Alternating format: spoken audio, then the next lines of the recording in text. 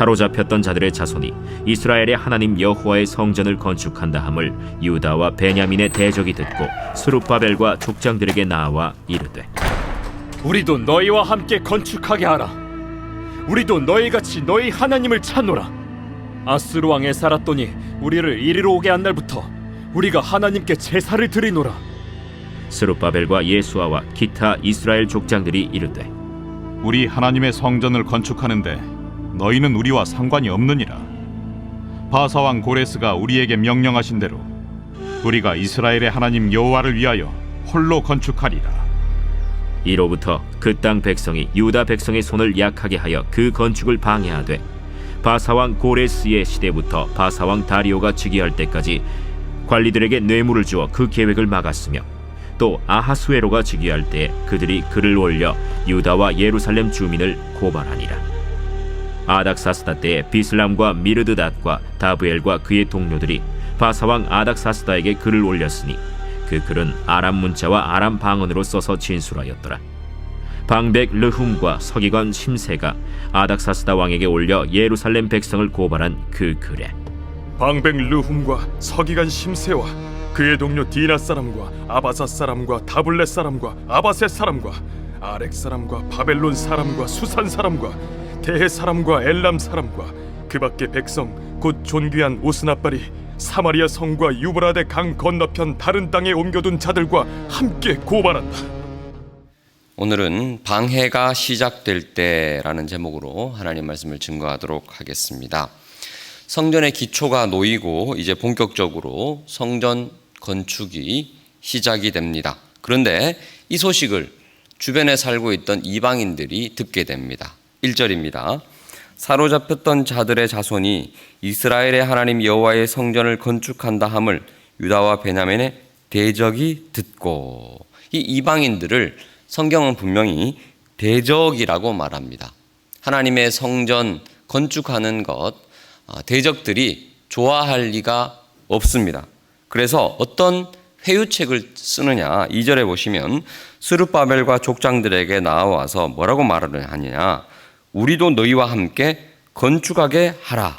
우리도 너희같이 너희 하나님을 찾노라. 여기서 찾노라라는 히브리 단어는 예배한다, 그런 뜻입니다.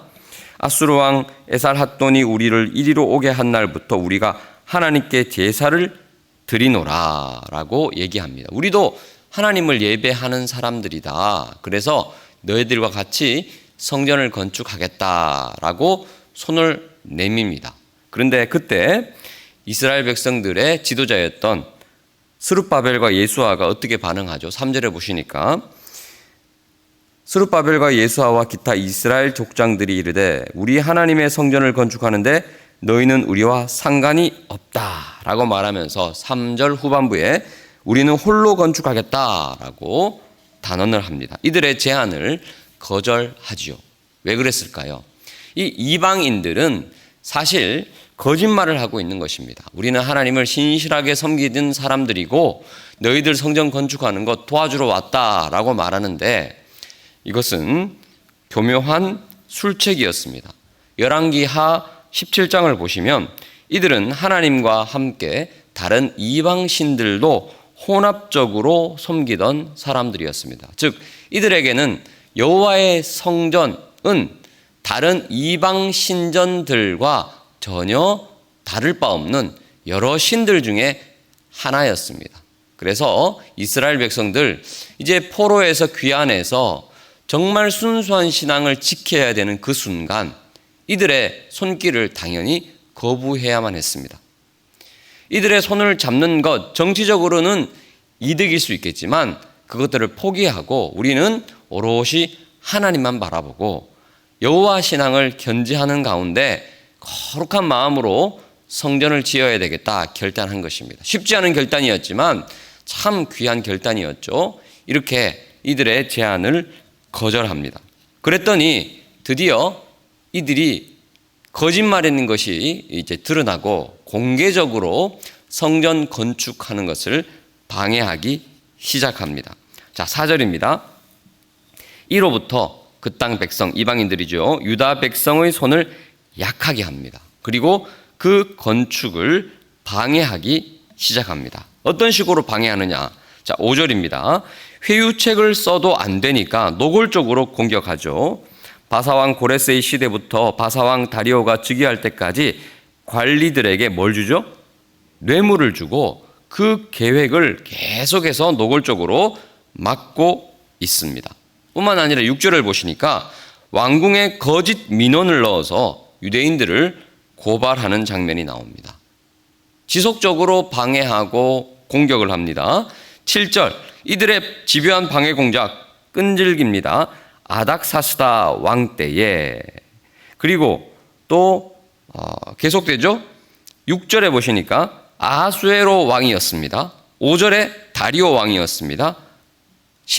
시작은 3절에 고레스 왕이었습니다. 그러니까 이 왕이 4번 바뀌는 동안에도 포기하지 않고 끈질기게 공격을 하는데 횟수를 계산해 보니까 약 100년 가까이 계속해서 이스라엘 백성들이 성전 완공하지 못하도록 방해하고 공작하고 때로는 회유하고 공문을 올리고 민원을 넣습니다. 오늘 이 말씀은 우리에게 많은 것을 시사해 주고 있습니다. 우리가 주의 일을 감당할 때, 주님의 공동체를 세우고자 할 때, 우리 가정을 믿음의 가정으로 잘 세우고자 할 때, 우리 자녀를 믿음으로 잘 양육하고자 할 때, 정말 하나님의 뜻대로 살고자 할 때 우리에게 공격이 있을까요? 없을까요? 우리에게 극심한 공격이 있을 수 있습니다. 우리는 때때로 착각합니다. 우리가 주님의 일을 이렇게 잘 감당하니까 길이 평탄하게 잘 열어지겠지, 아무런 어려움도 없겠지, 이런 생각은 정말 순진한 생각입니다. 왜냐하면 성경은 결코 그렇게 얘기하고 있지 않기 때문입니다. 우리가 주님의 사명 더 열심히 감당하고자 노력할 때, 특별히 주의 몸된 교회를 열심히 섬기고자 최선을 다할 때 악한 세력의 공격이 반드시 시작된다는 것입니다. 악한 사탄 마귀가 우리를 가만히 둘 리 없습니다. 지속적으로, 때로는 광명한 천사처럼 우리에게 다가와서 회유합니다. 교묘한 책략을 벌입니다. 때로는 노골적으로 공격을 합니다. 그때 우리는 잘 인식해야 됩니다. 이것이 악한 세력의 공격이구나. 그래서 사도 바울의 고백처럼 이것이 혈과 육에 속한 싸움이 아니라 영적 전쟁이구나라는 사실을 깨닫고 더욱 깨어서 기도해야 할 줄 믿습니다. 악한 세력의 궁극적인 목적은 어디에 있습니까? 자, 4절을 보실까요? 이로부터 그 땅 백성이 유다 백성의 손을 약하게 하여, 손을 약하게 한다라는 은유적인 표현인데 마음을 낙담시키게 하려는 것이 목적입니다. 여러분, 우리는 하루를 살아가면서도 얼마나 자주 우리의 마음이 낙담될 때가 있습니까? 이 사탄이 우리의 마음, 이 감정선을 건드릴 때가 있습니다. 상황이 그렇게 악화되지 않았음에도 불구하고 우리 마음을 상하게 함을 통해서 손을 놓게 합니다. 손을 약하게 합니다. 그래서 주의 일을 열심히 감당하다가도 마음이 낙심이 되어서 그만 포기하고 싶을 때가 있다는 것입니다. 지금 악한 세력이 이스라엘 백성들을 그런 식으로 공격하는 것입니다. 그래서 실제로 성전 건축이 중단될 때가 있었습니다. 우리가 다음에 살펴보시겠지만 24절 보실까요? 4장 24절을 보시면 실제로 아닥사스다 왕의 초소 초본이 가서 권력으로 어떻게 합니까? 23절 후반부에 억제하여 그 공사를 그치게 하니. 24절 다리오 왕 제2년까지 실제로 성전 공사가 중단됩니다. 이 악한 세력이 실제로 중단되게 하게끔 만들었다는 겁니다. 여기서 낙심하면 안 되겠죠. 이제 우리는 끝이다 라고 생각하면 안 됩니다. 하나님은 여전히 일하십니다. 결국 하나님께서 승리하십니다. 자, 5장 1절을 보시니까 하나님께서 누구를 보내주시죠? 선지자를 통해서 말씀을 보내주세요. 학개 선지자 그리고 스가랴 선지자를 보내주셔서 계속해서 말씀으로 격려하고 위로하고 용기를 주십니다. 그래서 5장 2절을 보시면 이 말씀을 통해서 결국 다시 일어나죠. 하나님의 성전을 다시 건축하는 장면이 나옵니다. 그리고 결국 어떻게 됩니까? 6장 14절. 우리가 나중에 또 살펴보시겠지만 6장 14절 15절을 보시니까 14절 특별히 한번 보시면요. 같이 읽어볼까요? 6장 14절입니다. 시작. 유다 사람의 장로들이 선지자 학개와 이또의 손자 스가랴의 권면을 따랐으므로 성전 건축하는 일이 형통한지라. 이스라엘 하나님의 명령과 바사왕 고레스와 다리오와 아닥사스다의 조서를 따라 성전을 건축하며 일을 끝내되. 결국 성전이 완공이 됩니다. 비결은 어디 있습니까? 하나님이 보내주신 학개 선지자, 스가랴 선지자, 즉 하나님의 말씀을 붙잡고 그 권면을 따라 인내하며 나아갔더니 결국 성전이 완공이 됩니다.